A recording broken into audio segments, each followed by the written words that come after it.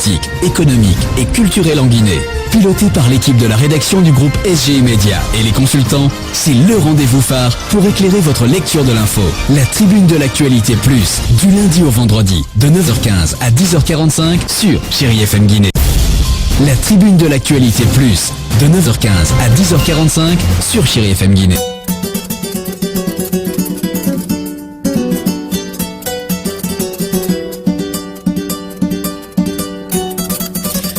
Bonjour mesdames et messieurs fidèles téléspectateurs de la télé TATV Africa Today et de la radio Chéri FM Guinée, la 104 points. Vous êtes dans votre émission La Tribune de l'actualité plus l'émission qui vous permet de cerner les contours de l'actualité.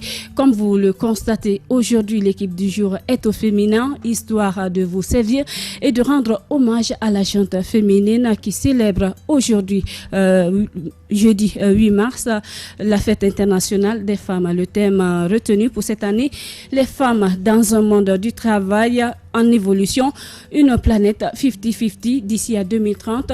Rappelons que cette journée instituée en 1977 par les Nations Unies est l'occasion de dresser le bilan des acquis réalisés, d'appeler à des changements, mais aussi de célébrer les actes et courage des femmes ordinaires qui ont joué un rôle extraordinaire dans leur pays et pourquoi pas dans leur communauté.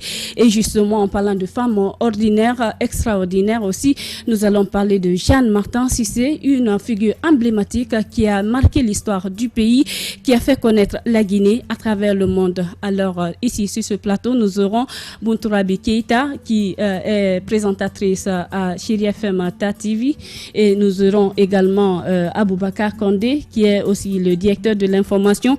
Et également, nous aurons d'autres invités qui seront appelés. Il s'agit plutôt de Dr Makale, et de Dr Makale qui est la présidente de la COFIG, et de Mamadi Troakaba qui est le président de l'Observatoire citoyen des défenses des droits de la République. Il s'agit aussi de Aïcha Diallo qui va aussi intervenir, qui a aussi une ONG qui organise bientôt pour cette journée un marathon pour la cause des femmes. Alors, Bountourabi Keïta, bonjour. Bonjour Aïssata Fofana. Bonjour Aboubakar Kandé. Bonjour. Ok. Alors, Bountourabi Keïta, cette journée instituée pour la femme, vous allez nous faire un peu la biographie, l'historique de cette journée.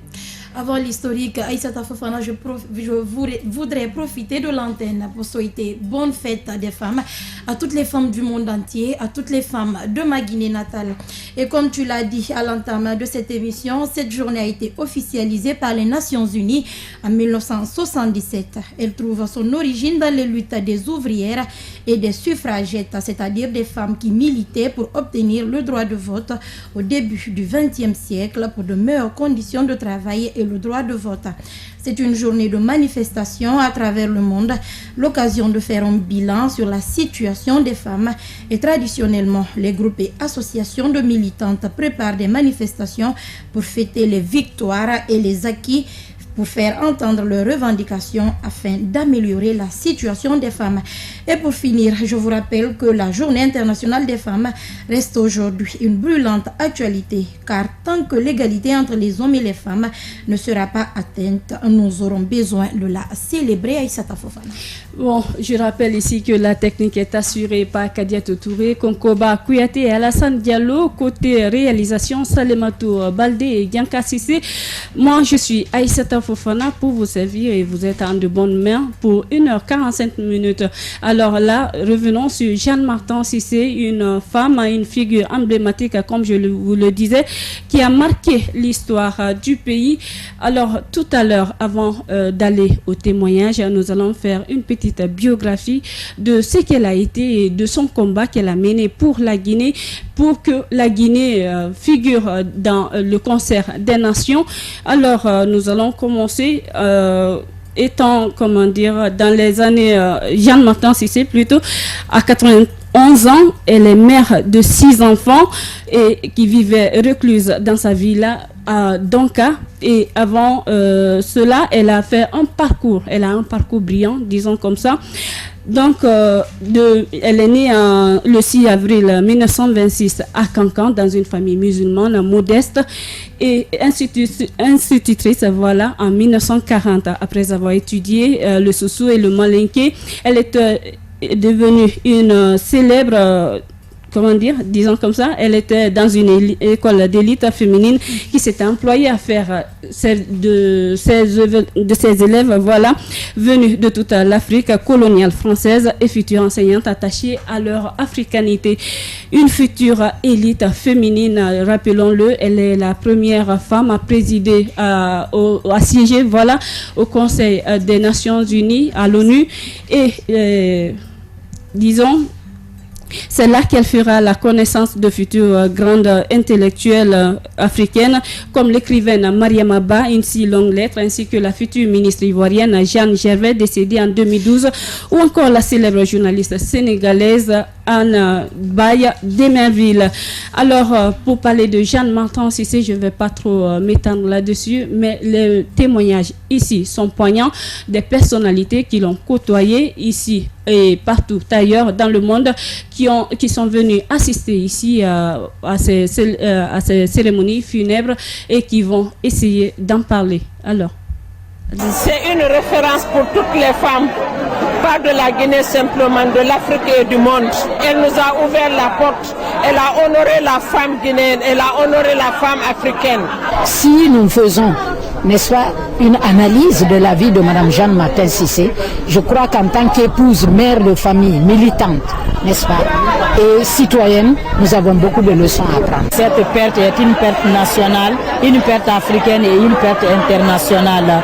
Donc cette lecture du Coran, c'est pour l'accompagner, c'est pour lui dire que ce qu'elle a fait pour son pays, que la population de son pays lui reste vraiment reconnaissante. Je suis très fier d'être là pour rendre hommage à cette dame qui... Que la population de son pays lui reste vraiment reconnaissante. Je suis très fier d'être là pour rendre hommage à cette dame qui a incarné les valeurs, les grandes valeurs de notre pays sur la scène internationale et même à l'intérieur du pays. Jeanne Martin Cissé, pour nous, est une héroïne. Elle a accompli son devoir de patriote. Elle était l'icône de l'émancipation de la femme africaine. Elle avait quelque chose qui me rappelle Socrate, la maïeutique. C'est-à-dire que quand elle présentait ses arguments, c'était agencé de telle manière qu'en réalité, la solution venait d'elle-même, sans qu'on ait à débattre. Elle avait ce que les diplomates italiens appellent faire de convergences parallèles. C'est-à-dire que bon, elle arrivait, quelles que soient les difficultés, à trouver des convergences parallèles pour aboutir à un consensus. En tout cas, ce que je peux dire, c'est que pour nous, parce qu'il y a un proverbe qui dit que les yeux ne voient pas les paupières. Vous-même, Guinéens, c'est votre fille, c'est votre père, c'est votre... Mais nous qui sommes loin, c'est nous qui voyons la grandeur, sa dimension réelle. Et c'était une icône aux Nations Unies. Tout le monde la connaissait, tout le monde la fréquentait. Elle a réussi à transcender tout.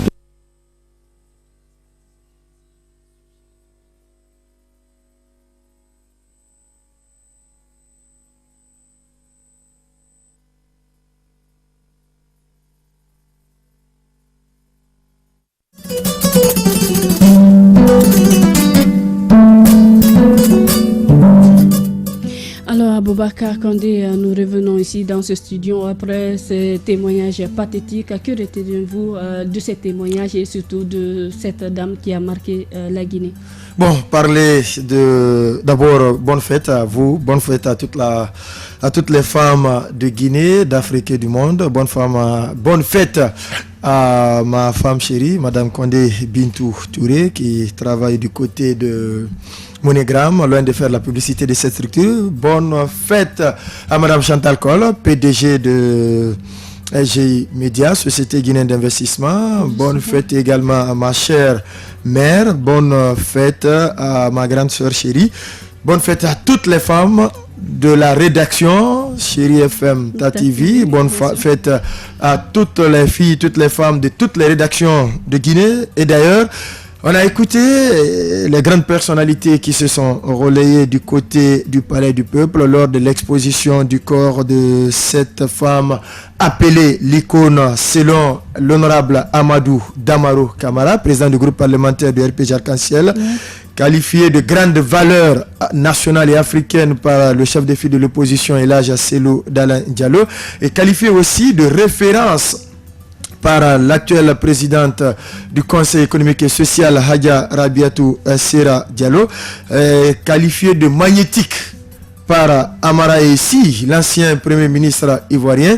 Donc les qualificatifs déjà se sont bousculés ce jour-là pour rendre hommage, le tout dernier hommage à celle qui a été la première femme à siéger au niveau du Conseil des Nations Unies. C'est pour dire que vraiment la Guinéenne a toujours été à l'avant-garde des grands combats de notre pays, de l'histoire de notre pays. On se rappelle encore lors de l'indépendance, beaucoup de femmes s'étaient illustrées. C'est le cas de Mbalia Camara de Tondon dans la préfecture du Breka. Là, on parle de Hadja Mafouri Bangoura qui étaient vraiment des grands compagnons de l'indépendance. Et parler aujourd'hui de Jean-Martin Cissé, ses relations, son aura, son charisme dépassent nettement les frontières nationales, les frontières africaines. L'ONU même a envoyé une mission lors de l'exposition de son corps pour que le dernier hommage lui soit rendu. Qu'est-ce qu'on peut dire? Surtout à vous, la nouvelle génération, à vous, la génération montante, c'est d'avoir comme cette femme, c'est d'avoir pour référence cette femme, parce que c'est important. Quand on doit évoluer, quand on doit aller de l'avant, il faut forcément qu'on ait une référence. Elle a dit tout à l'heure, la secrétaire générale de la Manoriva Union, Madame Hadja Sarandarba, qui est aussi l'icône à son temps, il faut le dire. C'est une femme bien instruite, bien dont la tête se trouve entre les esprits ici lorsqu'elle faisait partie du gouvernement Conté, mais aussi sur d'autres plans social, économique. Justement. Donc aujourd'hui, la femme guinéenne, quand on regarde, quand on se lève très tôt le matin, elles sont nombreuses qui se lèvent très tôt avec des paniers, avec des sacs de manioc, avec des sacs de gombo, avec des sacs de piment. Tout ça, c'est pour trouver le quotidien de la famille. Elles sont nombreuses aujourd'hui, des femmes qui prennent l'écrasante charge d'une famille à Conakry. Donc, la femme guinéenne doit être magnifiée. La femme guinéenne doit être glorifiée. La femme guinéenne mérite vraiment toute la reconnaissance de la part de l'homme. Aujourd'hui, donc, parler de Jean-Martin Cissé, pour celles qui sont allées à l'école, elle doit être vraiment une incarnation pour vous, la génération montante. Abaka Kondé, peut-on dire qu'aujourd'hui, il existe plusieurs Jean-Martin Cissé? Ah oui, à la rédaction Chérie FM par exemple, c'est une fille qui est rédactrice en chef général. Il y a une femme à la tête du site Tam Tam Guinée. Et elles sont nombreuses des femmes que dans le camp vous prenez aujourd'hui Sanaba Kaba, ministre de l'action sociale, elle pose beaucoup d'actes allant dans le sens de l'amélioration des conditions des personnes démunies. Quand on regarde aujourd'hui Dr Makale Traoré, Makale Camara du côté du ministère du ministère des Affaires étrangères et des Guinéens de l'étranger, Hadja Mamakani Diallo du côté de la coopération, même notre PDG, Madame Chantal Cole, on le dit à qui veut l'entendre, depuis qu'elle s'est impliquée dans les NTIC, elle a réussi à démocratiser le téléphone dans notre pays. Par le passé, on le sait avec la Sotelgui, le numéro, la puce, c'était tout un or. Pour avoir une puce, il fallait débourser plus d'1 million de francs guinéens. Aujourd'hui, regardez aujourd'hui. Voilà, tout cela. Donc aujourd'hui, elles sont nombreuses des femmes, même qui sont vendeuses de poissons dans nos différents marchés, au niveau du marché Yangema ici, que sais-je encore, qui sont très braves, qui sont d'autres incarnations de Jean-Martin Cissé sur d'autres terrains. Et justement, toujours en parlant de Jean-Martin Cissé, Bountourabi Keïta, quelle lecture faites-vous vraiment de ces actes qu'elle a réussi à accomplir? Bon, c'est une fierté pour moi ce matin de parler de cette brave dame, une combattante qui a suivi ses hauts les couleurs de la Guinée. C'est pour moi une fierté, une joie de parler d'elle. La première d'ailleurs, comme tu l'as si bien dit, à siéger au Conseil des Nations, au Conseil de sécurité des Nations Unies. Je pense que les femmes nous les filles par exemple, nous surtout, nous les filles d'aujourd'hui, les jeunes filles d'aujourd'hui, nous devons prendre conscience, nous devons savoir, nous devons avoir pour référence ces dames. Il y a Jeanne Martin Cissé, il y a Rabia Tousséré, il y en a plein. Nous devons nous dire que nous ne devons pas à tout moment dépendre des hommes, comme pour dire que si la femme veut, elle peut. Comme pour dire que si la femme veut, elle peut. Mais Aboubacar Condé, nous avons vu au dernier moment, avant sa mort, elle se sentait délaissée. Est-ce que nos méritants, disons comme ça, nos illustres personnes qui se sont battues pour ce pays, qui ont participé à l'émancipation du pays et pour la couche féminine, peut-on les laisser comme ça aujourd'hui dans les états piteux ou abandonnés et sans que vraiment on ne puisse les approcher et parler de... Pensez-vous que vraiment c'est normal? Bon, c'est ça aussi le paradoxe en Guinée, Aïssata Fofana.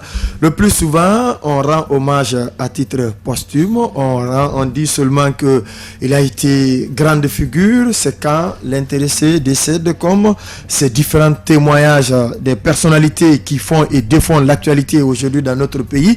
Je crois que c'est pas bien. Il faut rendre à César ce qui appartient à César. Et puis, l'idéal, c'est de rendre hommage aux gens pendant qu'ils sont en vie. C'est pas bien d'attendre toujours que le corps est là, il ne peut plus bouger pour venir avec les doux mots, les bonnes paroles, les bons propos. C'est pas bien. Il faut rendre à César ce qui appartient à César. Mais c'est pas seulement Jeanne Martin Cissé qui est concerné par cela. Je pense qu'il faut que la Guinée réhabilite ses dignes fils, ses dignes filles. C'est important même pour notre histoire. Parce que celui qui crache sur son histoire aura du mal à s'en sortir. On dit que le présent sort du passé pour bâtir l'avenir. Si vous rejetez, vous reniez en question votre passé, vous reniez en question les grandes personnalités qui ont marqué l'histoire de votre pays pour penser à un lendemain meilleur, c'est vraiment allumer la torche pendant la journée. Et justement, elle était annoncée ici dans ce studio. Je parle d'Aminata Diallo qui contribue elle aussi avec son ONG Conakry Saine et propre à l'assainissement. Elle va bien positionner le micro pour qu'on lui dise bonjour. Voilà, vous. Bonjour, madame. Tirez le micro vers vous, voilà. Bonjour. Comment allez-vous? Je vais bien, merci. Ok. La chaise aussi, rentrez un tout petit peu. Voilà, c'est parti. Avant de vous annoncer, je vais commencer d'abord par vous dire bonne fête des femmes, à toutes les femmes de la Guinée, à ma chère maman également. Vous également, en tant que femme, vous contribuez également pour l'émancipation non seulement de la femme, mais aussi pour le développement du pays et de la capitale. Aujourd'hui, le thème du jour, le thème retenu pour la fête des femmes, c'est les femmes dans un monde de travail en évolution, planète 50-50 d'ici à 2030. Mais le thème central ici, pour notre émission Tribune de l'actualité, puisque aujourd'hui, c'est rendre un hommage à une femme qui nous a marqué. Il s'agit bien de Jeanne Martin Cissé. Bien que vous ne l'ayez pas côtoyée, pourriez-vous dire, par exemple, pour ses acquis, pour ses œuvres, qu'est-ce qui vous a le plus marqué? Merci beaucoup. Bonjour, je m'appelle Diallo Aminata. Je suis la présidente du club littéraire du Centre culturel franco-guinéen et je suis l'initiatrice du hashtag Conakry Saine et propre. Donc pour moi, Jeanne Martin Cissé, c'est juste un idole. En fait, on aura parlé des dames. Bon, c'est bon de parler des dames quand elles sont décédées. Certes, c'est la mauvaise manière qu'on a, mais sinon, cette dame-là est juste un modèle pour nous, les jeunes. Il suffit juste d'aller au fond, de creuser un peu et de se dire, mais qui était cette dame? Et après, vous lisez tout ce qui était sur elle, qui elle a été. Elle a été la première femme secrétaire générale, la première femme au niveau de la sécurité, de l'ONU, ainsi de suite. On s'est dit, mais attends, elle était là, elle vivait. Pourquoi on ne l'a pas connue? Pourquoi on n'a pas mis entre griffes un accent sur elle et tout? C'est vrai qu'on est médecin après la mort et tout, mais pour nous, c'est un idole, un exemple. C'est regrettable. Bon, revenons-en ici pour faire un tour d'actualité, faire un petit zoom sur les femmes ailleurs dans le monde avec Aboubacar Condé. Oui, avant de vous laisser dans ce studio, puisque aujourd'hui c'est une émission 100% femmes, bien sûr. C'est bien normal. Et elles sont nombreuses des femmes qui sont aux commandes ailleurs. Quand vous prenez le Chili c'est une femme qui est présidente, c'est Michelle Bachelet. Et puis l'Allemagne avec la première première puissance économique européenne, c'est Angela Merkel. Et puis, on se rappelle l'Argentine. L'Argentine aussi a eu la chance d'être gérée par une femme après son mari. C'est elle qui est venue. C'est bien Cristina Kirchner. Et c'est vrai, les deux autres ont été éclaboussés par quelques difficultés. C'est le cas de Dilma Rousseff avec cette situation de Petrobras qui l'a conduit à une démission forcée. C'est cet autre cas qui vient d'arriver du côté de la Corée du Sud avec la présidente Park Geun-hye qui est aussi mise de côté. Elle n'est plus présidente, mais il faut qu'on ait aujourd'hui une présidente en Guinée. Pourquoi pas Issata Fofana, pourquoi pas Mme Chantal Coll, pourquoi pas Bountoura Keïta, pourquoi pas? Parce qu'en Afrique, c'est difficile, on n'a pas encore de présidente, alors qu'ailleurs, quand la femme a les moyens, les 99,99% de ces moyens sont investis pour le développement familial. Donc ça veut dire que quand une femme à la tête de notre pays, les 99% de nos ressources vont être judicieusement utilisées, mais pour vous que vous les femmes, vous prenez vos destins. Amen. Encore une fois, bonne année. Merci beaucoup. C'est pas pour vous interrompre, mais il y a une femme présidente en Afrique. Oui. Libéria. Hélène Sirleaf, oui. Bien sûr, bien sûr. Et nous profitons de cette antenne pour lui rendre un vibrant hommage. Alors là, nous allons partir avec Dr Makale Traoré, qui est la présidente du COFIG. Nous allons essayer d'entrer en contact avec elle.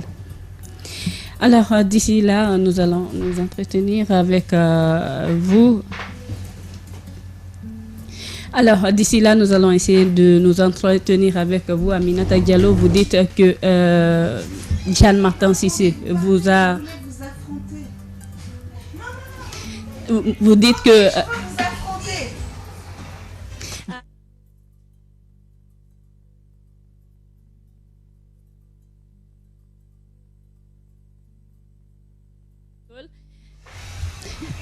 Elle est en ligne, hein, Dr Makale Traoré de la COFIG. D'accord. Dr Makale Traoré, bonjour. Bonjour. Bonjour ma soeur. Bon. Allô? On a été coupé. Allô, bonjour Dr Makale. Bon, d'ici que Dr Makale nous revienne, nous allons dire... Oui, elle est déjà là, on va lui dire bonjour. Bonjour, okay. Dr Chantal Coll. Bonjour, Monsieur Condé. Bonjour, mesdames, mesdemoiselles. Bonjour, vous êtes PDG de SGI Média. Aujourd'hui, vous faites la fierté des femmes guinéennes. Vous vous battez. Et dites-nous, nous parlons aujourd'hui du thème central ici dans cette émission de Jeanne Martin Cissé, une figure emblématique qui a marqué l'histoire du pays. Vous, est-ce que vous avez eu l'occasion de la côtoyer? Et en parlant de Jeanne Martin Cissé, qu'est-ce que cela évoque chez vous? Alors, j'ai eu la chance, en effet, de rencontrer Tanti Jeanne Martin Cissé. Paix à son âme. Je pense paix à son âme, parce que comme toutes les femmes engagées de notre pays et comme toutes les femmes engagées d'Afrique, et je pense très honnêtement du reste du monde, parce que n'oublions pas qu'elle a été la première femme dans l'histoire du monde à siéger au Conseil de sécurité. Et je pense que pour ces 80 ans qui avaient été organisés à Washington, George W. Bush l'avait rappelé parce qu'il avait travaillé sous ses ordres. Et il a fini président de la République aux États-Unis. Donc je pense que Jeanne Martin Cissé, je voudrais juste, c'est pour ça que j'ai voulu que Condé ne quitte pas l'assistance. Il nous faut un homme à marteler de temps en temps. Oui. Donc on va le garder encore un petit peu. J'ai voulu qu'il ne quitte pas l'assistance parce que j'étais en réunion mais j'écoutais de loin les interventions. Il n'y a pas 100 000 Jeanne Martin Cissé sur notre continent africain. Il n'y en a même pas 100 encore aujourd'hui. Et ça, il faut qu'on ose se le dire. On s'inspire toutes, certainement, chacune à nos niveaux, d'une Jeanne Martin Cissé. Mais sans aucun doute, nous n'avons pas encore atteint son niveau de courage. Et ça, c'est une chose qu'il faut absolument, absolument, que nous décidions ensemble de faire. Et justement, Madame Coll, qu'est-ce qu'elle avait de si spécial, de si spécifique que vraiment les gens n'arrivent pas à l'atteindre? Ce qu'elle avait de spécial, c'était la grandeur de sa conviction face à l'image fragile qu'elle pouvait présenter. Elle a, quand on rencontre Jeanne Martin Cissé, moi quand j'ai rencontré Madame Jeanne Martin Cissé, c'est pour moi dire Madame, je pourrais dire tanti ou maman parce que c'est traditionnel chez nous, mais je veux vraiment qu'on mette le mot Madame devant tanti Jeanne Martin Cissé parce qu'elle a été et elle doit rester ce symbole pour le continent africain. Et ce symbole d'indépendance, d'engagement, de volonté, de lutte et de constance. C'est-à-dire que même fatiguée à Washington, elle trouvait le temps de recevoir les femmes, les hommes qui voulaient parler d'avenir, de demain, d'hier, de passé, de comprendre, etc. Donc sa lutte, elle a été constante tout le long de sa vie. On ne rend, vous savez, le grand problème de nos sociétés, c'est qu'on a tendance à rendre hommage aux gens quand ils sont partis et en mesurer la grandeur quand ils ne sont plus là. Alors, oui, elle a été une grande dame.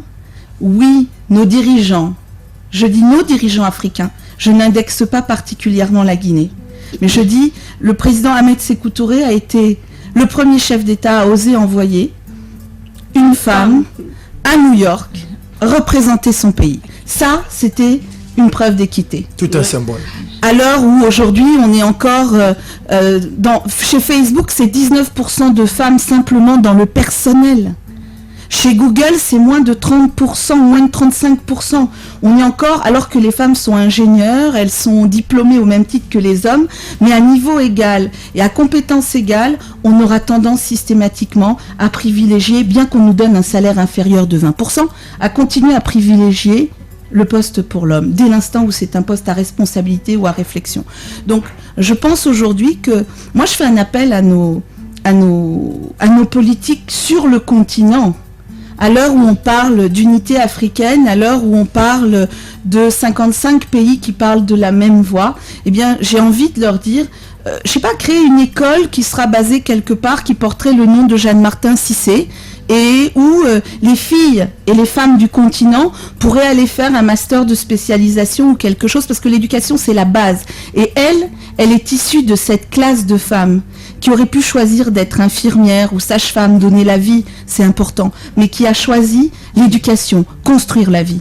Donc moi j'ai envie, oui, que à Addis Abeba ou à Conakry ou à Bamako ou à Johannesburg, j'en sais rien, qu'il y ait une grande école qui s'appelle Jeanne Martin Cissé et que dans cette école on ne reçoive que des femmes qui ont déjà un parcours professionnel, pas nécessairement universitaire, mais déjà professionnel, pour qu'elles puissent prendre le label Jeanne Martin Cissé, que celles qui ont un parcours universitaire, qu'elles soient dans cette élite et que les grandes entreprises leur payent un master de spécialisation, parce qu'aujourd'hui à Conakry, il y a des femmes qui sont DG auprès des NCA, pour pas les citer, il y avait une femme DG pour la banque, il y a une femme DGA que je connais bien au niveau de l'assurance, chez les miniers, on a une femme Bijou Béa qui est patron qui est directeur général du groupe dans notre pays. Donc on a des femmes qui sont des modèles, et je ne parle que pour la Guinée, mais on a vraiment besoin aujourd'hui d'une identification africaine de nos ambitions.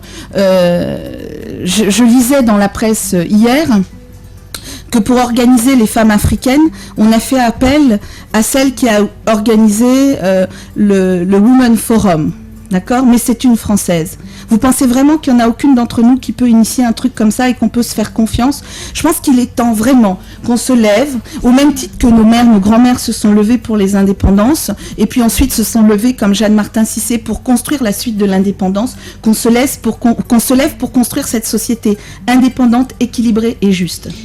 Et justement, c'est important, une école uniquement qui reçoit les femmes, ça devient... Vous avez vu, vous avez pris la parole. Non. C'est de la discrimination, mais de la discrimination positive. D'accord. Non, mais c'est même pas de la discrimination. C'est quoi donc ? C'est pas de la discrimination pour moi, c'est le rétablissement de la... Alors, il y a peut-être ma soeur Makele. Justement, en parlant de femmes qui se... Est-ce qu'elle a dit maintenant, Dr Makele Traoré, la technique fait signe qu'elle a dit ? Non, nous avons Aïcha Diaby qui elle aussi était annoncée dans cette émission. Elle est déjà en ligne. Elle est déjà en ligne. Donc on va aller avec elle.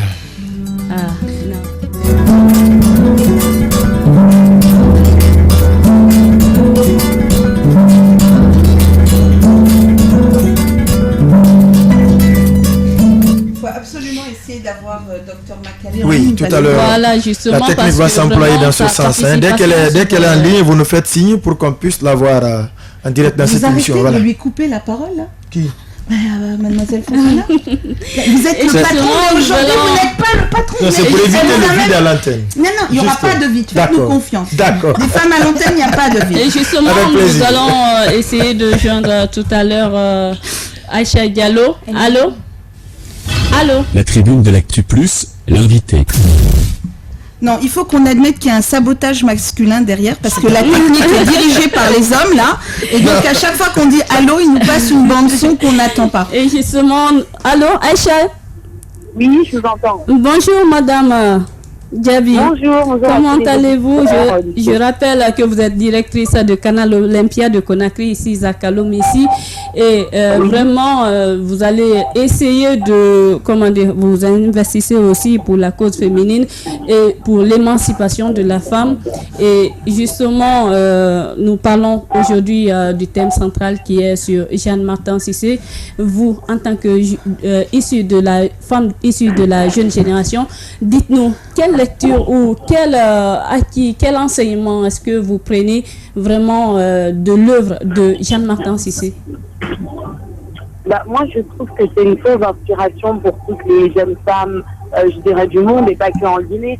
Puisque quand on regarde son parcours et qu'elle est la première femme guinéenne à siéger aux Nations Unies, je trouve que son parcours est excellent et qu'aujourd'hui, on devrait s'inspirer de ce genre de personnes pour dire que rien n'est impossible. Et que peu importe de là où on vient, peu importe de là où on commence, il n'y a pas de...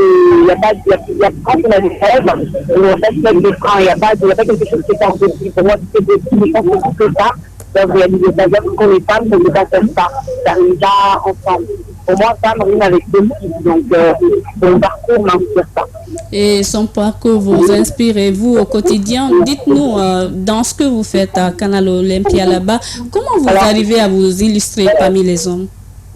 Alors moi, je fais plusieurs choses. Donc, je travaille à Canal Olympia, mais je travaille également pour Conakry, capitale mondiale du livre. Et au quotidien, je suis responsable donc, au Canal Olympia. Donc forcément, quand tu es jeune et que tu es une fille et que tu as une certaine responsabilité, on essaie un peu de tester, on essaie de regarder est-ce qu'elle est forte, est-ce qu'elle va tenir. Et moi, pour ces cas-là, j'ai pas autant de problèmes parce que c'est vrai que la plupart de mes employés sont des femmes. J'ai 3 hommes qui travaillent avec moi. Mais il y a quand même une parfaite entente parce que je pense qu'il faut réussir à s'imposer et être là pour le travail quand on montre qu'on n'a pas le temps pour blablater, quand on ne voit pas comme genre, je suis une fille donc je vais me mettre un peu en bas, etc. Quand on ne voit pas comme ça, quand on voit l'égal du film, on n'a pas ces problèmes-là. Donc je pense qu'à partir du moment où on arrive à s'imposer, il n'y a pas ces problèmes qui se posent. Vous arrivez à vous imposer comme vous le dites, mais vous, parmi 100 millions de femmes ici en Guinée, disons comme ça... Il n'y a pas 100 millions de femmes en Guinée, mademoiselle Fofana. C'est juste qu'on ne nous accuse pas de dire n'importe quoi après. Non, c'est juste un exemple, disons comme ça. Est-ce que vous pensez que la jeune génération, à part vous, à part quelques-unes qui arrivent à s'illustrer, est-ce que vous pensez que la jeune génération arrive à s'imposer aujourd'hui sur le plan national ou en matière de développement? Moi, avec le peu de temps que j'ai fait ici, je remarque quand même qu'il y a une certaine évolution. C'est vrai qu'on a quand même certains freins. On voit qu'il y a des jeunes filles qui essayent d'allier, je dirais, les traditions, leur culture, etc., à la modernité, mais il y a quand même une certaine évolution chez les femmes. Dans le sens où elles arrivent de plus en plus à, je dirais, se libérer, à être de plus en plus s'émanciper, je dirais. Parce qu'à l'époque, quand je venais en Guinée, je me souvenais que mes cousines, par exemple, me disaient que c'était interdit de porter des pantalons, etc. Donc elles étaient tout le temps en panne. Aujourd'hui, je viens, elles se mettent en leggings, en pantalons, etc. Et le pantalon n'est plus perçu comme à l'époque, c'était totalement interdit, c'est réservé que pour les hommes. Donc je vois quand même qu'il y a une certaine évolution. Après, je trouve que ça reste encore très minime. Parce qu'aujourd'hui, quand tu es une femme et que tu demandes un poste ou quoi que ce soit, la première question que tu vas recevoir de la part de ton interlocuteur, c'est presque dans un homme. Et oui, on vous regarde un peu, si vous êtes joli, on vous propose de boire un café. Donc c'est pas du tout dans le cadre légal des normes de travail, mais on va plutôt vous considérer à votre rôle, entre guillemets, de femme. Et justement, comment est-ce que les femmes peuvent essayer de... Merci beaucoup à Madame Aïcha Diaby. Je rappelle que nous avons en ligne en direct Dr Makale Traoré, qui est la présidente du COFIG, en même temps du REFAMP. Qu'est-ce que c'est COFIG et qu'est-ce que c'est REFAMP pour celles qui écoutent? Bon, pour celles qui écoutent. Allô? Allô, oui. Bonjour Dr Makale. Bonjour, bonne fête. Bonne fête à vous aussi. Merci. Je rappelle que vous êtes la présidente du COFIG et du REFAMP. Et du REFAMP, comment dire, dites-nous, vous avez côtoyé disons comme ça, Jeanne Martin Cissé. Et dites-nous, quel enseignement ou quel regard avez-vous aujourd'hui après son passage sur ses œuvres? Je n'ai pas compris le début de la question, j'ai mal entendu. Allô, Madame Traoré, je dis qu'aujourd'hui, en étant une femme leader qui se bat pour le leadership féminin ici en Guinée, Jeanne Martin Cissé a été une icône ici en Guinée et partout dans le monde, disons comme ça. Alors vous, quel regard faites-vous sur ces œuvres ici en Guinée? Est-ce que vous pensez que la jeune génération ou les gens tirent un enseignement de ces œuvres? Merci beaucoup. Je voudrais profiter de votre antenne d'abord en tant que présidente du réseau des femmes ministres et parlementaires de Guinée et de la coalition des femmes et filles de Guinée, de présenter vraiment mes vœux de très bonne fête à toutes les femmes du monde et en particulier aux femmes de Guinée. Tanti Jeanne, effectivement, a été une femme d'honneur, une femme d'État, une grande dame. Et la semaine dernière, nous lui avons rendu hommage et justement, j'ai parlé au nom du réseau et de la COFIG. C'est une femme qui a joué un rôle très important en Guinée. Mais le 8 mars, c'est aussi le moment de faire un peu le bilan et de voir les perspectives. Bien sûr qu'aujourd'hui, vous avez beaucoup de femmes leaders qui se battent sur le terrain avec beaucoup plus de difficultés, j'aime bien le dire, par rapport à nos devancières qui ont eu beaucoup de mérite, qui ont ouvert le chemin, mais qui étaient accompagnées par une véritable volonté politique du président de la République d'alors, qui mettait la femme en avant. Vous savez, Tanti Jeanne a été la première et je crois la seule femme qui a présidé le Conseil de sécurité des Nations Unies. Mais il a fallu qu'elle y soit envoyée, qu'elle y soit nommée pour montrer ses talents de négociation dans le comité anti-apartheid et aussi au sommet du monde.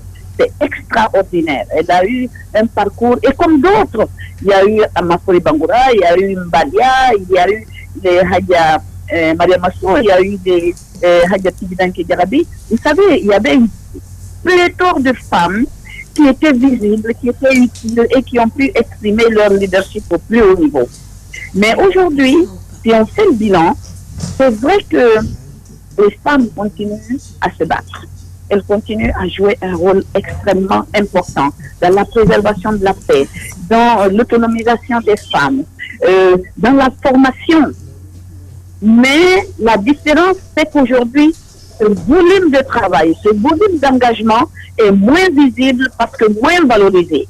Et c'est peut-être le challenge, c'est peut-être dans ce domaine que nous devons nous battre pour être un peu plus visibles et que pour amener les autorités à tous les niveaux à affirmer une véritable volonté politique pour permettre aux femmes de jouer véritablement leur rôle dans le développement, dans la préservation de la paix et tout simplement dans l'évolution de la nation guinéenne. Dans l'évolution de la nation guinéenne, Dr Chantal Cole, vous voulez parler de quelque chose? Non, je voudrais réagir à ce que dit Dr Makale parce que c'est tout à fait vrai. Elle a été la première femme dans l'histoire de notre pays à être directeur d'une campagne présidentielle. Bien sûr. D'accord. On se souviendra qu'elle a reçu un prix, hein, les femmes l'ont honorée de cela.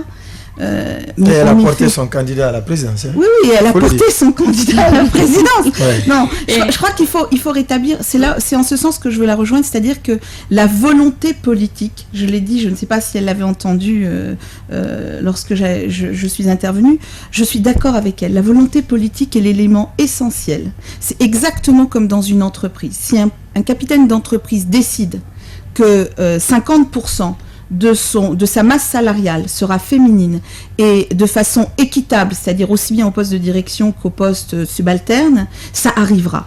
Ça arrivera. Aujourd'hui, vous avez Facebook. Mesdemoiselles, faites la grève, n'utilisez plus Facebook. Et mesdames, pendant 1 mois, vous allez voir, ils vont passer du 19 à 30% au niveau du personnel féminin chez Facebook. Aujourd'hui, celles qui utilisent le plus Facebook, ce sont des femmes. Et pourtant, nous ne sommes qu'à 19% dans la masse employée de Facebook. Quand Dr Makale dit qu'il y a une volonté politique, je suis d'accord avec elle. C'est avant tout une volonté politique qui va permettre de rétablir l'équité. Parce que l'équité, c'est un élément indissociable d'un dynamisme que l'on veut donner. Donc, docteur, au moins sur ce point-là, toi et moi, nous sommes d'accord. Nous allons nous organiser en ce sens. Alors, docteur Makale, les femmes... Oui. Et Bountoua Beketa, vous avez quelque chose à dire à Madame Traoré? Non, elle n'a qu'à réagir d'abord. Ok. Oui, je suis un peu dans ce débat. Et je pense que 2017 et les années qui vont suivre, nous allons appuyer dessus parce que, je vous assure, ce pays regorge de compétences féminines, regorge de femmes qui, du matin au soir, s'affirment, qui sont compétentes et qui sont capables d'assumer n'importe quelle responsabilité dans notre pays et faire avancer. Alors, un pays comme le nôtre, qui est sous-développé, qui a besoin d'avancer et qui laisse ou qui ne valorise pas suffisamment 52% de sa population, ne peut pas amorcer un développement durable. Le développement durable tient compte de la démographie et c'est ce qui vous permet de capter le dividende démographique. Mais les pays qui l'ont compris sont des pays qui sont cités en exemple. Quand vous prenez les pays nordiques, vous vous rendez compte que l'implication effective des femmes à tous les niveaux de la gouvernance du pays permet au pays d'avancer et positivement. Donc ça, c'est quelque chose qui a baissé après le premier régime et qui a du mal à réémerger. Je vous rappelle, et c'est vraiment le combat qu'il faut mener parce que c'est aussi une forme de violence. Je l'ai déjà dit sur certains médias. Il n'est pas normal qu'un homme et une femme mènent un même combat et qu'après, parce qu'il y a un privilège de décision et de signature, la femme soit laissée sur le côté. Ça n'est pas normal. Vous dites que ce n'est pas normal. Non, mais on est d'accord, on est tout à fait d'accord. Elle a raison, c'est pas normal. Aujourd'hui, on va parler du football. Pourtant, il n'y a pas beaucoup de femmes qui s'intéressent au football en République de Guinée et ailleurs dans le monde. Moi-même, j'avoue que je fais pas la différence entre un tir au but et un penalty. Mais même la si CAN, non, mais voilà, mais je cherche encore à comprendre quelquefois un corner, etc. Mais en attendant, la Guinée va recevoir et abriter la CAN 2023. Et nous avions une femme ministre des Sports. Voilà. Je veux dire, il y a des symboles comme ça, qu'on nous les reconnaisse au-delà. Alors oui, aujourd'hui, au gouvernement, nous avons 7 femmes ministres, dont une a un poste régalien au niveau des affaires étrangères. Oui. Mais nous avons, je crois, 30 ministres. Alors, j'ai eu presque envie de dire... voilà, est-ce qu'on ne pourrait pas aller un peu au-delà? Est-ce qu'on ne pourrait pas tous, et là je ne m'adresse pas particulièrement à la Guinée, mais au reste des pays africains, est-ce qu'on ne pourrait pas plus s'inspirer de Paul Kagame, qui respecte l'équité parfaite? Bien sûr. Et aujourd'hui, le monde entier cite son pays en modèle. Voilà. Et Macky Sall qui a nommé une femme comme premier ministre aussi. Et plus que de citer son pays en modèle, c'est un pays qui rassure. Absolument. Justement. C'est un pays qui rassure. Et c'est vraiment, je veux dire, il faut un sursaut par rapport à ça. Il faut un sursaut. Parce qu'on parle beaucoup d'autres formes de bien. C'est pas normal. La Guinée a eu cette possibilité, cette visibilité avec Domani. Mais vous allez voir, on l'associera absolument à rien. Mais ça aussi, c'est un problème de notre pays. La plus grande vertu d'une république, c'est de reconnaître les valeurs des filles des femmes et des hommes qui la composent. Moi, je voudrais juste poser une question au docteur Makele, parce que je n'ai pas suivi ce sujet dans le détail, mais je sais qu'il m'a frappé. Je crois qu'il n'y a aucune femme dans le comité d'organisation. J'ai entendu... je crois que le vice-président, la présidence de la COCAN, c'est un homme, la vice-présidence, c'est un homme. Il y a juste une seule femme, je croais bien. Oui, mais est-ce que c'est... qui a été compté au dernier moment. Au dernier moment, juste pour respecter... Enfin bon, voilà, je veux dire... Donc ce n'était pas par plaisir, vous voulez nous dire? Non, mais c'était juste pour... il faut qu'on arrête partout, il faut qu'on arrête de considérer qu'on est juste là pour habiller la galerie. Je veux dire, je pense qu'on a des vrais rôles à jouer. Il suffit de voir nos mamans dans la rue à 5h du matin se lever pour préparer la sauce qui permettra à leurs filles et à leurs fils, équitablement ou pas, d'aller à l'école parce qu'elles sont issues des milieux défavorisés, pour espérer quand même qu'au niveau des plus hautes instances, on nous reconnaisse ce droit participatif à l'expression. Et justement, Madame Makele Traoré, dans ce sens, vous vous battez avec vos ONG, disons comme ça, la COFIG, le REFAMP. Dites-nous, comment est-ce que vous parvenez à donner des enseignements, à préparer la jeune génération pour qu'elles aient aussi, pour qu'elles adoptent aussi ce leadership-là que vous incarnez, ou que Jeanne Martin Cissé a incarné? Bon, si vous voulez, le réseau des femmes ministres et parlementaires, c'est bon, un petit paquet de femmes parlementaires. Et c'est pour ça que quand j'ai pris la tête du réseau, j'ai proposé que le réseau soit étendu, élargi aux autres femmes. Et ça a été un peu la philosophie qui a présidé à la création de la COFIG, qui réunit aujourd'hui 1079 organisations de femmes et de jeunes filles pour permettre justement ce mixage. Et on fait beaucoup de formations. On a un fonds d'appui à la valorisation des jeunes filles et des femmes. Et c'est vrai qu'aujourd'hui, on est à 141 groupements qui sont financés. Les remboursements sont faits en collaboration avec Ecobank. Et surtout, plus de 4000 bénéficiaires finaux, je veux dire, les femmes et les filles. Pourquoi? Parce que l'autonomisation est fondamentale. Si vous n'avez pas d'autonomie économique et financière, vous vous considérez libre, c'est faux. Vous avez une liberté fictive. Donc on se bat beaucoup sur ce plan-là et nous envisageons pour 2017 de commencer à mettre des clubs intergénérationnels dans les universités et les lycées pour encore rapprocher les jeunes des modèles, des femmes leaders, pour qu'elles aient plus d'ambition, parce qu'il en manque, qu'elles aient plus d'ambition, plus de courage, plus de détermination, parce que la Guinée de demain leur appartient aussi. Bontarabi Keita, vous avez quelque chose à dire à Madame Traoré? Bon, parlant de cette autonomisation des femmes, je crois que Madame Makele a bien raison. La femme doit pouvoir s'affirmer. Elle ne doit pas à tout moment dépendre de l'homme. La femme doit se former pour être quelqu'un demain. Donc, Madame Traoré, je vous dis que vous êtes vraiment un modèle. Merci pour tout ce que vous faites pour la Guinée. Merci beaucoup à vous. Et bonne journée, bonne fête encore. Bonne fête. Bonne fête à vous aussi. Ici, je rappelle qu'il y a mon invité. Souhaitez-vous réagir par rapport à ce qu'elle a dit en parlant d'autonomisation de la femme? Il faut que la femme s'autonomise. Madame Diallo? Oui, je vais d'abord revenir sur ce qu'elle a dit, sur son intervention. Et je vais retenir, il y a une phrase que j'ai retenue, c'était derrière, il y avait une réelle volonté politique. Si Tanti Jeanne si Tanti Jeanne a été ce qu'elle a été, c'est parce que quelque part le président qui était là a dit il faut que j'envoie cette dame, oui elle peut faire ça, non elle peut pas faire ça. En fait c'est aussi ça le problème. Les hommes d'aujourd'hui ne nous mettent pas à l'épreuve. Parce qu'on se dit dès l'instant qu'on voit une femme... Pourtant, moi, il y a une femme qui me met à l'épreuve. Et ça ne fait que commencer. Je suis d'accord. En fait, il y a des stéréotypes comme ça qu'il faut qu'on combatte dès maintenant. On voit la femme, on se dit, bon, physiquement, elle est nulle. On se dit, ce métier-là n'est pas réservé à la femme. Pourtant, les statistiques s'avèrent que nous sommes les femmes, nous sommes les plus intelligentes. Nous sommes beaucoup plus intelligentes que vous, oui. Dans les classes, on vous domine assez fort et tout. Mais il n'y a pas d'accompagnement. Et ça commence dès la famille. On n'est pas accompagné à partir de la famille. Mais c'est ensuite, pas propre à l'Afrique, hein, Madame Diallo, je vous assure, c'est juste incroyable. Ce que vous dites là, c'est... Laver la vaisselle. Non, mais c'est une telle réalité à tous les niveaux. Vous avez tellement raison. Beaucoup de corvées, réservées à la gente féminine. Oui, non, mais voilà, je pense c'est une réalité. Moi, je pense que ce qu'on devrait faire, c'est une journée. Alors, on a la journée de la femme, mais une journée par an où l'homme remplacerait la femme. On lui laisserait faire tout ce qu'on fait.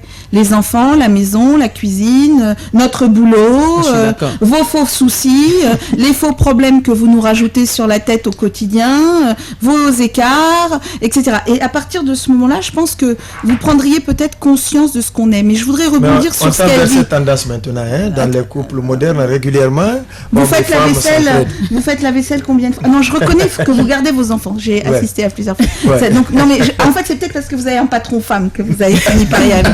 Mais non, je voudrais vraiment aller dans votre sens parce que vous venez de mettre le doigt sur un vrai sujet. Et ce n'est malheureusement pas propre à l'Afrique. C'est le monde entier qui est comme ça. Aujourd'hui, dans les écoles d'ingénieurs, les filles sont en mathématiques, par exemple, aussi surprenant que ça puisse paraître, les filles ont un excellent niveau partout, partout dans le monde. Et pourtant, en école d'ingénieurs, dans les grandes nations dites développées, États-Unis, France, etc., 7% de filles simplement ont le droit d'accéder à ces écoles, entre 7 et 9%.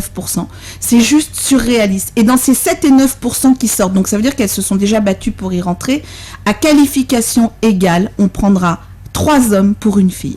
C'est juste surréaliste, mais c'est comme ça. Vous avez tellement raison, c'est un combat qui doit être quotidien. Et si l'Afrique pouvait inverser la tendance et donner le modèle, ce serait vraiment top. Je suis d'accord. Il y a eu un exemple que j'ai vu la dernière fois, la femme, elle me disait, vous savez, aujourd'hui, je crois que je vais avoir une bonne journée. Alors je lui fais pourquoi? Elle dit, parce que j'ai été surprise de voir un homme, 2 hommes en fait, avec un bébé, là, un gosse, qu'ils accompagnaient à l'école. En fait, pour eux, c'est pas normal. En fait, c'est un truc qu'il faut fêter et tout. Oui, mais les hommes s'occupent peu des enfants. Les hommes prennent pas de congé de maternité pour contre. Ça, c'est des trucs qu'il faudra instaurer. Une journée comme ça, moi, je vais dans ce sens-là. Une journée, on ne fait rien. On vous observe, on vous met à l'épreuve. Et comme ça. Et quand on rentre, on dit c'est pas bon, tu pouvais pas faire autre chose. J'avais pas envie de ça. La maison sera merveilleuse ce jour-là pourtant. Il y a des hommes qui savent préparer aussi, il y a des hommes qui dorlotent les enfants. Ils sont nombreux qui sont là. Ils sont exceptionnels. Ils sont exceptionnels. C'est pourquoi j'ai dit, on tend vers cette tendance maintenant. Mais ce qu'il faut quand même dire, c'est effectif dans les familles. Pendant que le jeune garçon est en train de piloter son petit vélo ou aller au terrain pour aller jouer, la jeune fille, elle est là tout le temps, soit pour la vaisselle, pour laver la maison ou encore pour aider sa maman. Les ustensiles de cuisine. Dites la vérité, pour aider sa maman. C'est ça la vérité. Alors quand les messieurs se mettront à aider les mamans, les enfants, parce que le modèle, on va pas faire de la psychanalyse de comptoir avec Sigmund Freud, mais parce qu'on n'en a pas le niveau, mais le modèle au quotidien est une réalité. Et aujourd'hui, par exemple, il y a dans les grands pays des femmes qui ont lutté pour qu'on arrête de stigmatiser. On offre le camion de pompier au petit garçon et on offre la poupée à la petite fille, ou on offre à la petite fille le kit spécial vaisselle, comment réussir à servir le thé ou je ne sais quoi. Il est temps qu'on aille vers des schémas beaucoup plus dynamiques, et je pense que sur notre continent, on est tellement, on a pris notre indépendance il y a moins de 70 ans et on a fait de vraies avancées. Donc on est capable, on est l'avenir du monde. L'Afrique est le grenier du monde. L'Afrique est le continent le moins pollué du monde. L'Afrique peut devenir le modèle du monde sur l'équité homme-femme. Il suffit de nous faire confiance et qu'on admette que toutes ces tâches auxquelles se sont engagées des femmes comme Jeanne Martin Cissé, qui n'ont pas eu la chance après d'aller peut-être au-delà, mais qui ont été portés par un symbole comme Jeanne Martin Cissé, méritent d'obtenir cette équité à tous les niveaux. Et ça, je pense que si l'Afrique le décide, et je recite M. Kagame, au risque de choquer les États qui veulent donner des leçons de démocratie en disant c'est un mandat, il a été plébiscité par son pays et par sa population, parce que justement, je pense qu'il travaille dans ces notions d'équité. Il est essentiel que le continent prennent ça comme grand sujet. Alors, nous avons le président à l'Union africaine. La femme, c'est peut-être un sujet qu'il faut lui soumettre. Il était aussi annoncé dans cette émission, Mamadi Trouakaba, président de l'Observatoire citoyen de défense des droits de la République, qui lui aussi a souhaité intervenir ici pour faire des éloges, disons comme ça, sur la femme guinéenne, mais aussi surtout faire un témoignage poignant sur les acquis, l'œuvre de Jeanne Martin Cissé. Nous allons essayer de le joindre tout à l'heure. Non, il n'est pas en ligne. Bon, il n'est pas en ligne. Revenons à Madame Diallo, disons comme ça, en parlant de leadership. Vous aussi, vous essayez de vous affirmer. Vous avez une ONG qui contribue aujourd'hui à l'assainissement de la ville de Conakry. Dites-nous plutôt, comment est-ce que vous parvenez à faire ce travail? Saisissez l'antenne pour présenter votre ONG, faites de la pub, encouragez les gens, rendez-les civiques. Allez-y, vous avez la parole. Merci beaucoup. Donc, je disais que j'étais la présidente du club littéraire du Centre culturel franco-guinéen. J'ai été la première présidente après 4 mandatures, donc, et je suis venue. Il faut dire que c'était un défi assez énorme parce que vous savez, quand les hommes sont venus, un homme après un autre et un homme, et que la barre était placée très haute, il fallait que j'essaye d'aller au-delà de ça et c'était pas évident, je vous rassure. Donc ça a été une réussite la première année, ce qui a fait que j'ai été la première personne ou la première présidente qui a eu un mandat renouvelé une seconde fois.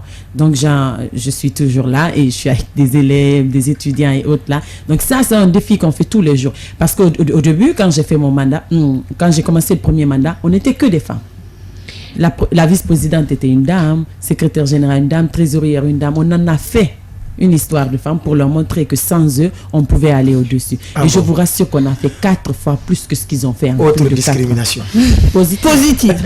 Je rappelle ici maintenant que Mamadi Trouakaba, président de l'Observatoire citoyen de défense des droits de la République, est en ligne. Allô? Oui, bonjour madame. Bonjour monsieur Mamadi Kaba. Oui, très heureux de votre invitation. Merci. Et je voudrais pour commencer vous souhaiter à vous et à toutes les femmes et filles de Guinée, de l'Afrique et du monde, très bonne fête. Merci beaucoup. Et une très bonne fête parce que, comme vous le voyez vous-même, c'est une journée très spéciale à voir même le plateau de la radio Chérie FM. Nous qui sommes des auditeurs très fidèles de la radio, nous sentons, même ceux qui ne sont pas informés de la journée mondiale de la femme, et aujourd'hui se rendra compte qu'il y a vraiment un événement qui se passe parce qu'aujourd'hui nous voyons une femme qui pilote cette grande émission. Bien sûr. C'est donc un très bon signal. Et je vous assure, M. Kaba, c'est 4 femmes contre un homme dans ce studio aujourd'hui. Voilà. Donc c'est vraiment une très belle initiative et là je salue la radio Chérie FM pour avoir donné l'occasion aux femmes de s'exprimer. Monsieur Kaba, je vais vous couper. Bonjour, Chantal Coll à l'appareil. Juste vous informer à l'antenne, que ce n'est pas la rédaction qui a donné la parole aux femmes, c'est que les femmes ont débarqué dans le bureau du directeur de l'info hier en disant nous prenons l'antenne. J'étais moi-même pas au courant et il est venu et elles ont pris le pouvoir pour une journée. Moi, en tant que capitaine d'entreprise, j'aimerais qu'elles prennent le pouvoir plus souvent. Je lance l'appel. Bravo donc à elle, parce que je ne cesse de dire ça, que l'égalité qu'on proclame, elle est pour le moment fictive, et pour qu'elle soit effective, il faut que les femmes se battent, et cette bataille entre les hommes et les femmes ne date pas d'aujourd'hui, donc c'est aux femmes de s'affirmer, c'est aux femmes d'arracher cette égalité-là, et c'est la preuve que vous venez de donner. Et donc, comme je le disais d'entrée de jeu, c'est cette très bonne fête que je souhaite aux femmes. Merci beaucoup, monsieur Mamadi Trouakaba. Alors, qu'est-ce que vous dites? Voilà, allez-y, bon très bien. Moi, j'ai une question pour monsieur Mamadi. Moi aussi, j'en ai une après. Bonjour, monsieur Kaba. Oui, bonjour, madame.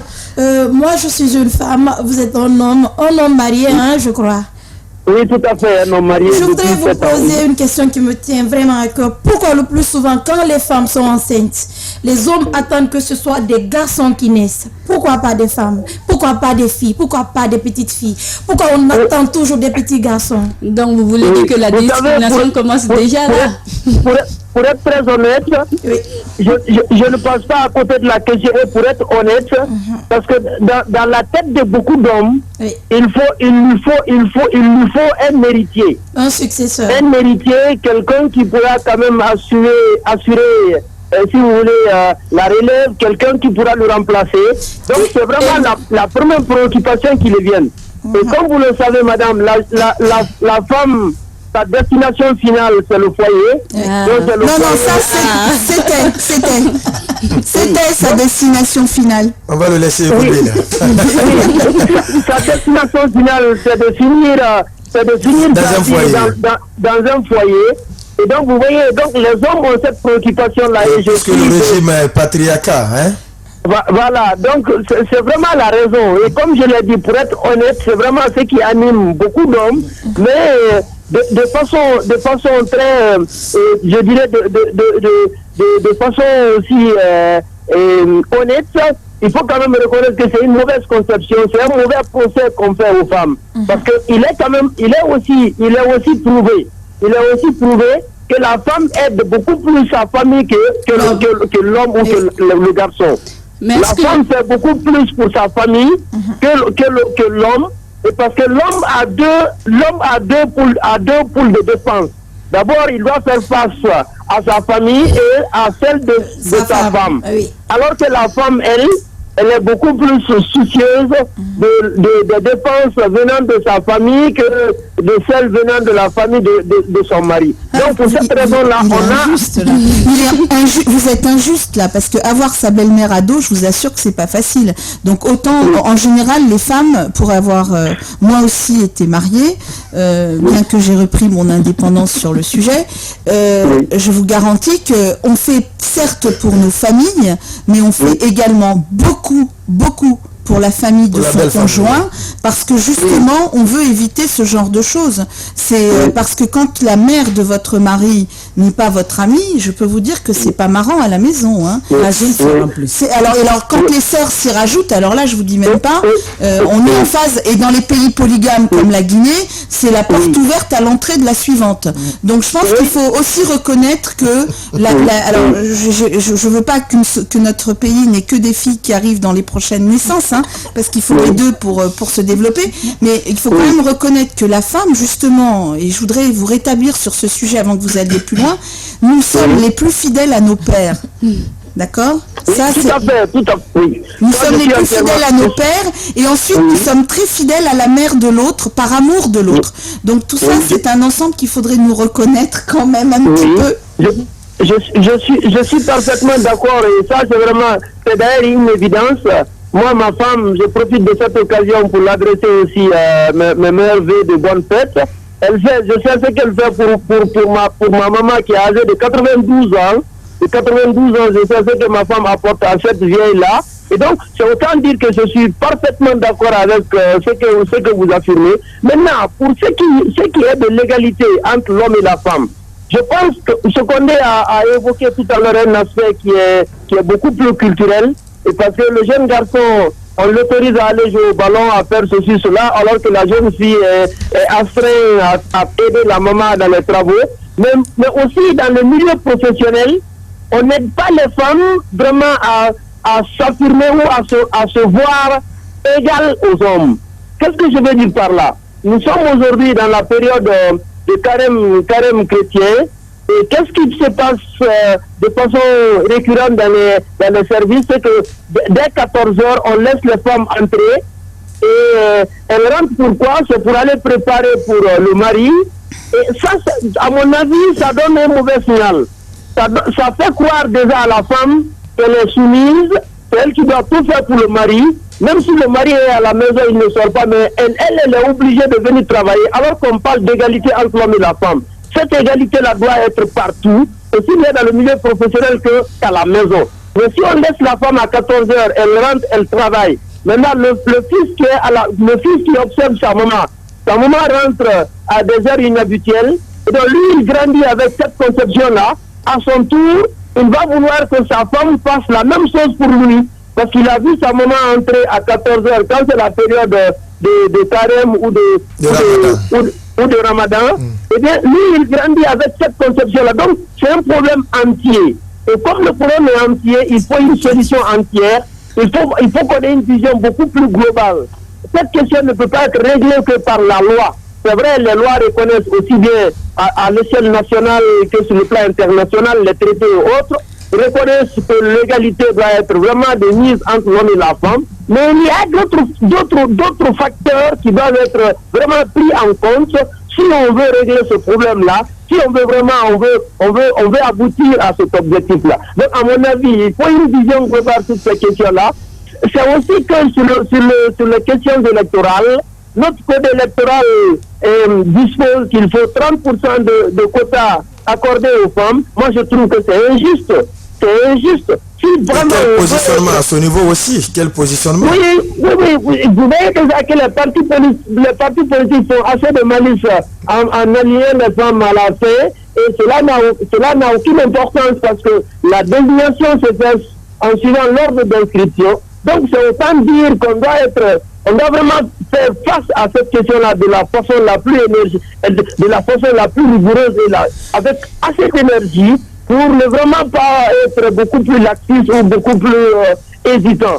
Donc, il y a, à mon avis, beaucoup de facteurs à prendre en compte et à faire en sorte vraiment que les femmes puissent s'épanouir. Et tout cela se résume à quoi? Encore une fois, c'est que les femmes doivent elles aussi être conscientes du rôle qui est le leur et à se former très bien pour pouvoir concurrencer ces hommes-là, parce qu'on aura beau accorder ces droits aux femmes, s'il n'y a pas une compétence égale, eh bien il va être difficile, encore une fois difficile, qu'on puisse mettre les femmes devant, parce que la compétence peut à un certain moment peser à leur défaveur. Merci. Moi, je voudrais réagir avant que vous quittiez l'antenne. Okay. Pour une personne qui parle de droit républicain, j'aimerais que dans vos propos, si vous l'acceptez et sans vouloir offenser personne, vous enleviez le fait qu'on doit arracher notre rôle. On doit tout simplement nous le reconnaître. Et parce que le mot arracher, le mot arracher implique que nous devons encore rentrer dans un combat. Vous êtes le représentant équitable de nos droits républicains. D'accord ? Dans cette représentation équitable de nos droits républicains, il y a un droit naturel à la femme. Donc nous n'avons plus à arracher ce qui nous revient. C'est à vous de faire preuve, messieurs, de civisme et de nous rendre ce qui nous appartient. Donc nous faisons une confiscation. C'est justement là la question. La question c'est à ce niveau. Il y a plus de femmes, quand je prends il y a plus de femmes que d'hommes. De pourquoi on est encore à ce stade-là? C'est donc dire que les femmes elles doivent arracher. Donc vous reconnaissez, donc par vos propos, vous reconnaissez que les hommes ne s'inscrivent pas dans une notion d'équité et de respect de l'autre? Absolument. Absolument. Eh bien, je pense qu'il faut faire de la formation à la jante masculine, parce que là, on va quand même pas remettre nos pagnes sur la tête pour aller chercher ce à quoi on a droit. Je pense qu'il est temps, on est dans une société civilisée, on est dans un monde civilisé, il est temps que les hommes prennent et acceptent, d'accord, un minimum de règles. Alors, je vous concède que dans les milieux intellectuels, c'est très difficile et on a reconnu que c'est à peu près 30% de femmes pour 70% d'hommes, c'est ce qu'on nous a autorisé et bien souvent ce panel n'est pas respecté. Mais dans les milieux un peu plus difficiles, je pense que à tous les niveaux, et ce modèle doit être porté par des hommes comme vous, monsieur, qui êtes un symbole, monsieur Kaba. Quand on dit qu'on lutte pour les droits républicains, on lutte pour les droits de tous équitablement. Donc je pense que ça doit faire partie de vos sujets au quotidien pour aller former à la base les enfants, à l'école peut-être, les petits garçons. Tenir une porte, ça paraît normal. Partager un travail, lorsqu'on fait un travail, un TD, un travail dirigé en classe, eh bien, qu'il y ait autant de garçons que de filles sur un sujet, ça devrait devenir naturel. Aujourd'hui en Europe, étrangement, quand une profession performe, on n'a que des hommes à la tête. Je vais prendre le métier de cuisinier, chef cuisinier, eh ben on dit un chef, même pour une femme. On ne dit pas une cheftaine ou une chef, on dit un chef. Et pourtant, c'est elles qui sont à la cuisine, mais c'est eux systématiquement, parce qu'ils nous ont fait l'honneur de rentrer en cuisine, eh bien, immédiatement, on en fait des chefs étoilés, des ceci, des cela. Je pense que c'est à vous, messieurs, de faire preuve de grandeur. Je reconnais que Dieu a fait Adam avant de faire Ève, mais quand Dieu a réalisé que Adam seul ne pourrait rien, il a quand même fait Ève en lui prenant une côte. Merci beaucoup, monsieur Kaba, pour votre intervention. Je rappelle que nous avons déjà Madame Rougiba en ligne. Elle est la secrétaire générale de la Guinéenne du 21e siècle et elle compte organiser un marathon pour cette journée en faveur des femmes. Allô? Oui, allô? Bonjour Madame Rogui. Bonjour, vous allez bien? Comment allez-vous? Oui, ça va. Et vous? Dieu merci. Je rappelle que vous êtes la secrétaire générale de la Guinéenne du 21e siècle. Dites-nous en quoi consiste le marathon que vous comptiez organiser.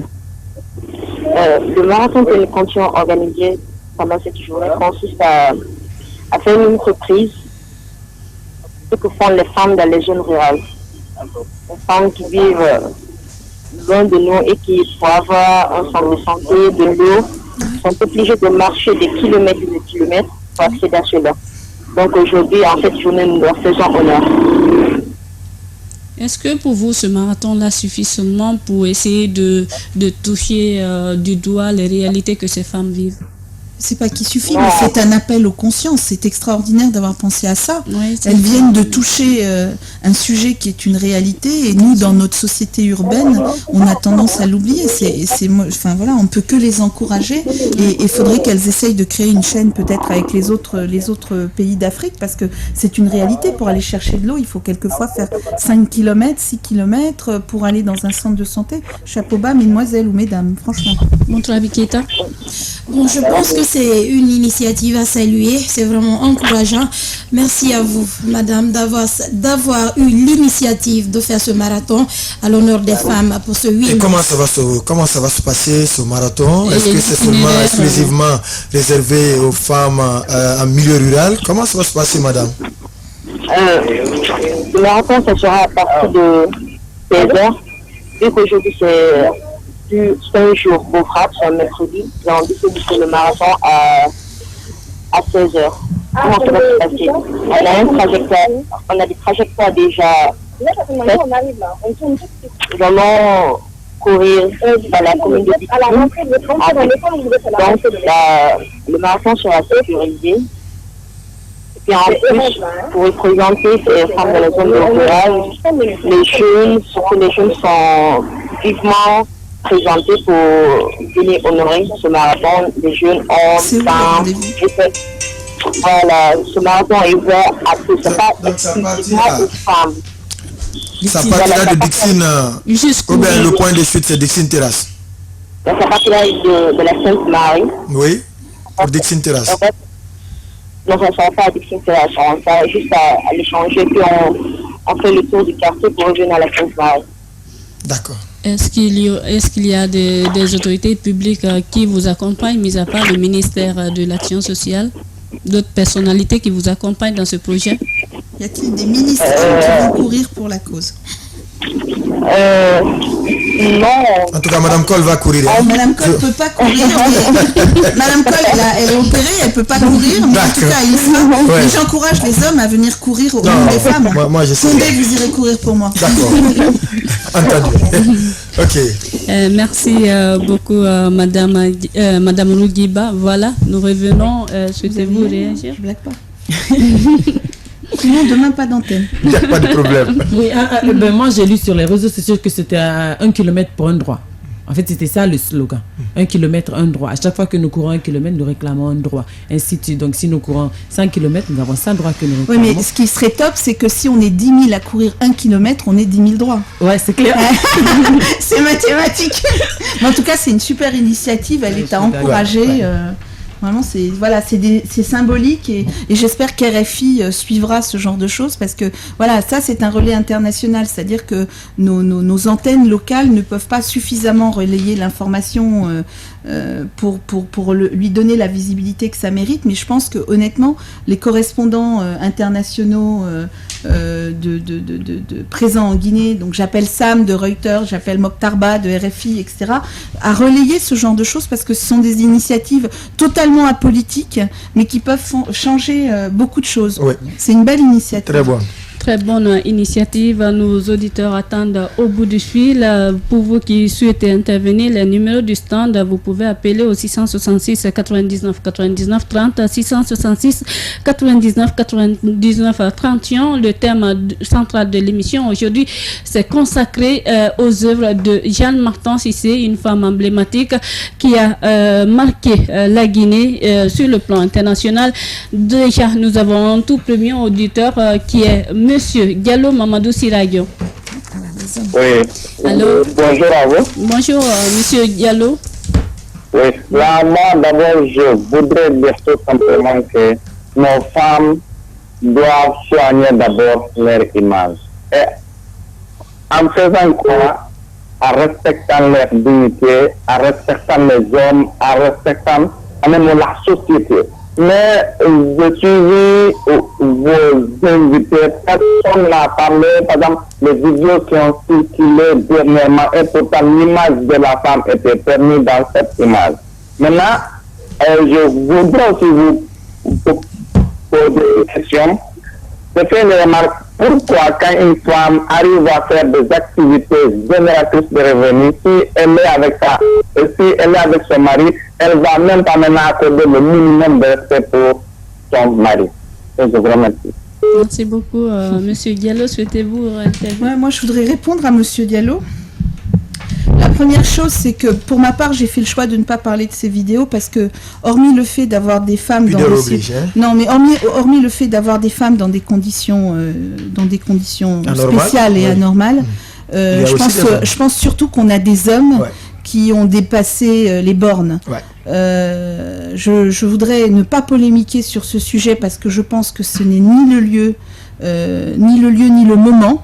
Je voudrais pas qu'on résume le 8 mars de la Guinée à ce jeu de sextape ridicule, mais je voudrais rappeler au monsieur qui m'a posé la question que on a vu une femme avec 2 hommes, c'est absolument abject, et on a vu un homme tout seul. Donc par contre, on n'a jamais vu de femme toute seule. Alors je pense qu'on sait respecter notre dignité, et eu égard à cette journée, j'aurais voulu qu'il ait une question beaucoup plus pertinente que les sextapes qui ne font que aviliser l'image de la femme par rapport au pouvoir de l'homme. Voilà. Et je suis fière de pouvoir dire, et ça n'engage que moi, que quand j'ai entendu certains décrets tomber à la télé un soir de la semaine dernière, j'ai été rassurée de savoir qu'on avait un pouvoir qui pouvait sanctionner sans donner d'explication. Alors ça, c'est une réaction de femme et ça n'engage que moi. Voilà. Et quant aux femmes qui réussissent, je pense que je fais partie de ces femmes qui se battent, qui n'ont pas encore peut-être suffisamment réussi, mais on continue à être des mères, on continue à être des épouses et on grandit le nom et de nos enfants et de nos maris dans la dignité la plus absolue. Maintenant, est-ce que le complexe ne vient pas de l'homme qui ne supporte pas de voir sa femme devenir ce qu'elle est en train de devenir? Quand une femme réussit, elle ne prend pas 50 amants. Quand un homme réussit, 9 fois sur 10, il a 50 maîtresses. Qu'on ne nous donne pas de leçons et qu'on balaye devant sa porte. Il y a aussi monsieur Kaba Mamadou Diana qui attend au bout de fil. Bonjour à M. Condé et toute l'équipe. Je commence à souhaiter bonne fête à toutes les femmes du monde. Bonjour. Je voudrais dire à Mme Chantal Cole qu'elle est une icône, sérieusement. Aujourd'hui, c'est une modèle de femme qui doit inspirer la génération montante. Elle s'est battue ici en Guinée de 11 pour avoir cette grande entreprise aujourd'hui, dont Chérie FM fait partie et fait notre fierté. Je crois bien qu'elle est à remercier, elle est à encourager. Et je crois aujourd'hui, j'ai bien écouté le débat. Je voudrais dire à Mme Chantal Cole, oui, c'est vrai, on doit reconnaître le droit inné aux femmes, mais il faut réellement que certaines femmes acceptent de changer, acceptent de se battre. Que les gens ne prennent pas de la vie, que les femmes ne prennent pas de la vie du bon côté. Aujourd'hui, il y a ces filles qui se comportent très très mal. Elles abandonnent toute la vertu qu'elles ont en elles. Et je trouve ça anormal. Aujourd'hui, sinon, nous sommes dans un siècle où le monde est devenu à ceux qui se battront qui vont réussir. Aujourd'hui, je crois bien que Mme Chantal Cole, elle en a fait la preuve. Et je crois bien que c'est une dame qui doit être encouragée. Moi, je préfère même, si je pouvais prendre une décision, elle allait être à la tête de ce gouvernement parce qu'elle le dit. Il y a plein d'autres femmes beaucoup plus compétentes que moi pour ce genre de choses. Je veux rester dans la société civile. La liberté de pouvoir s'exprimer, ça n'a pas de prix. Non, c'est bien, mais la liberté aussi d'aider son pays à aller de l'avant aussi compte beaucoup. N'a pas de prix aussi. Je sais que vous faites beaucoup. Je sais que la société civile, vous vous battez très bien. Je pense encore que vous pouvez donner mieux encore. Ça n'engage que moi. Et si je pouvais décider aujourd'hui, j'allais le faire. Monsieur Kaba, on ne se connaît pas, mais je vous remercie pour vos compliments. Mais je vous assure qu'il y a des gens, des hommes et des femmes, hein, qui ont des profils politiques, parce que là aussi, c'est important qu'on accepte cela. Et là, je voudrais réagir. Ça, c'est un homme qui maîtrise pas la technique. Là, je voudrais réagir, c'est-à-dire qu'il y a des gens, des profils qui sont faits pour occuper des postes et des fonctions de ce type. On ne peut que les encourager à le faire le mieux possible. Moi, j'ai fait des choix, celui du secteur privé. J'ai fait des choix, celui de participer via la société civile. Et je pense quand il y a eu les événements malheureux de l'époque d'Addis, je me suis engagée aux côtés de femmes engagées comme Adia Rabi, etc. Et ça a été public. Mais honnêtement, je laisse à ceux qui ont envie de faire de la politique politicienne le pouvoir d'aller occuper des sièges. Moi, je voudrais continuer à être sur le terrain, à voir les entreprises se développer dans notre pays. Dans ce studio, nous avons la première femme qui appelle Aminata Touré. Elle est au bout du fil. Elle est la fille du président Sékou Touré. Elle est la fille du président Sékou Touré. Allô? Allô, oui? Bonjour, Madame Touré. Oui, bonjour, Madame. Comment allez-vous? Bien. Je vais reprendre la parole, Aminata Touré. Bonjour, c'est Aminata Touré, épouse Camara, parce que tout à l'heure, on rappelait qu'on utilisait et qu'on était fiers de porter les noms de nos époux et qu'on les respectait, malgré les remarques de certains hommes à l'antenne. Aminata Touré, vous êtes la fille du président Sékou Touré, vous êtes la fille de celui qui a envoyé la première femme au Conseil national de sécurité aux Nations Unies et qui a été, je crois, jusqu'à aujourd'hui la seule. L'émission qu'on consacre aujourd'hui en tant que Journée nationale de la femme s'est orientée vers Jeanne Martin Cissé, Tanti Jeanne. Donc j'aimerais que vous partagiez avec nous votre proximité avec Tanti Jeanne Martin Cissé, bien sûr, mais également toutes ces impressions et tous ces combats que vous avez suivis de l'intérieur de façon constante. Oui, merci beaucoup. Comme vous venez de le dire, Tanti Jeanne Martin a été une grande dame, une brave dame, une grande militante du PDG-RDA et une combattante de la cause africaine et de la cause des femmes guinéennes. En effet, comme je n'ai pas besoin de rappeler tout le combat de Tanti Jeanne, tout ce qu'elle a fait sa vie durant. Comme vous savez, elle a été la première femme à diriger la panafricaine des femmes. Elle a dirigé le Conseil de sécurité. Pour une femme, c'était une première. Et elle s'est toujours battue pour l'émancipation de la femme et aux côtés du président Sékou Touré et tous les autres compagnons pour l'accession de notre pays à son indépendance. Et ce qu'on peut, c'est lui rendre un grand hommage. Et nous savons que la Guinée tout entière, les femmes guinéennes, les femmes africaines, seront très fières de Tanti Jeanne. Et bon, le 8 mars, c'est encore un moment à Tanti Jeanne. On peut noter que son âme repose en paix. Boutrabi Keita, vous avez quelque chose à dire? Madame Aminata Touré, bonjour. Oui, bonjour, madame. Vous parlez de Tanti Jeanne, vous l'avez vue au soir de sa vie. Elle a été... Bon, peut-être que certains d'autres avaient même cru qu'elle était décédée avant son décès. Tellement elle était discrète. Parce qu'elle a été... Bon, peut-être qu'elle n'a pas reçu tous les honneurs de son vivant. Qu'est-ce que cela vous fait que des personnalités comme Jeanne Martin Cissé soient abandonnées? Tanti Jeanne Martin n'a pas été abandonnée. Elle a été très entourée par toute sa famille, par ses enfants, par ses amis. Les amis sont restés très attachés à Tanti Jeanne à travers le monde, que ce soit l'Afrique du Sud, que ce soit les Nations Unies, que ce soit les femmes africaines partout, tout le monde est resté très attaché à Tanti Jeanne. Et je pense qu'elle est allée paisiblement, très tranquillement, le cœur en paix, parce qu'elle est partie avec beaucoup d'amour et d'attention et de reconnaissance de tous, et elle en était consciente. Donc elle a traversé la période douleur dans la douceur, hein? Pardon? Elle a traversé la période douleur dans la douceur. Ça fait la mort dans la douceur, en tout Absolument. Ok, Madame Touré, le 8 mars, c'est la fête de la femme. La femme est à l'honneur. Que dire des Guinéennes, surtout la jeune génération aujourd'hui? Quel regard faites-vous sur la jeune génération aujourd'hui? Vous savez, le président Mepsi Touré aimait à le dire que le premier mari d'une femme, c'est son travail. Alors, c'est ça, je pense que notre génération, nous avons baigné dans cela. Et ce que nous conseillons à nos sœurs, à nos filles, c'est exactement la même chose.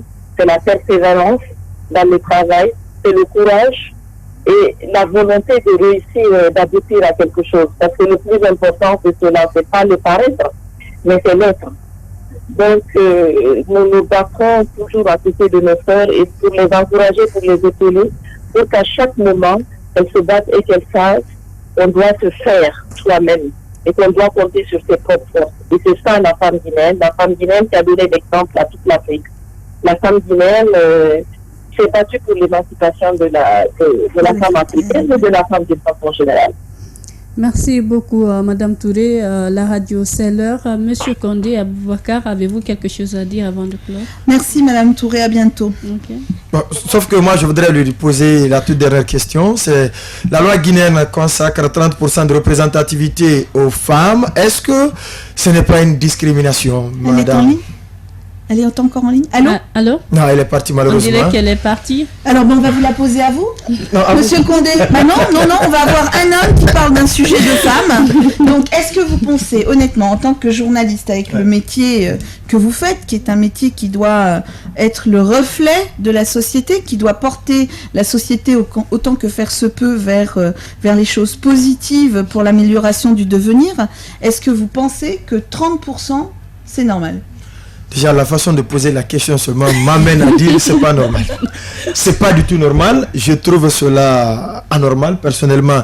Non seulement c'est égoïste de la part de la gente masculine qui pense que tout le temps, c'est elle qui doit être là, c'est elle qui doit décider. La femme est reléguée au second plan. Tout ce qui a été développé tout le long de cette émission, je pense que c'est une réalité. Une femme qui a les moyens dans une famille, dans un foyer, le foyer là où cette famille a plus de chances de bien vivre qu'un homme, parce que quand l'homme gagne le plus souvent, il y en a qui sont orientés.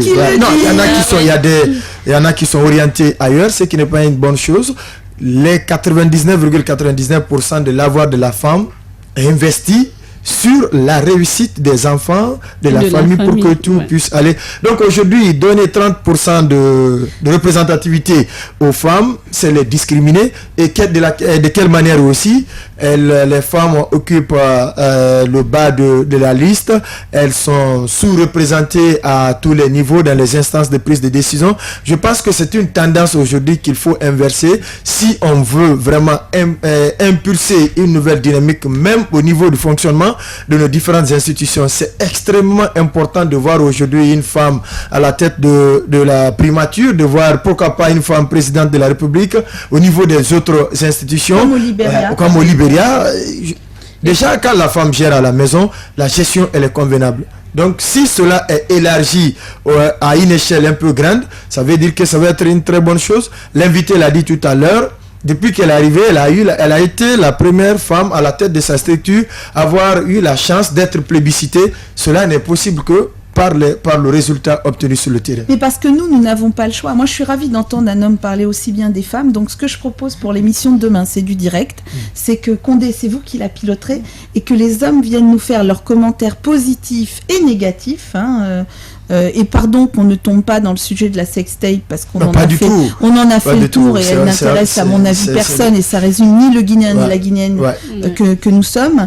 Mais je pense que ce serait intéressant également d'entendre les hommes débattre de façon concrète sur ce sujet de représentativité, parce qu'en effet on est souvent dans les bas de liste, en effet on est souvent relégué à des fonctions pourtant secondaires. Elles sont nombreuses, des femmes politiques très dynamiques. Pourtant elles sont très engagées. Le corps le corps des anciennes femmes ministres et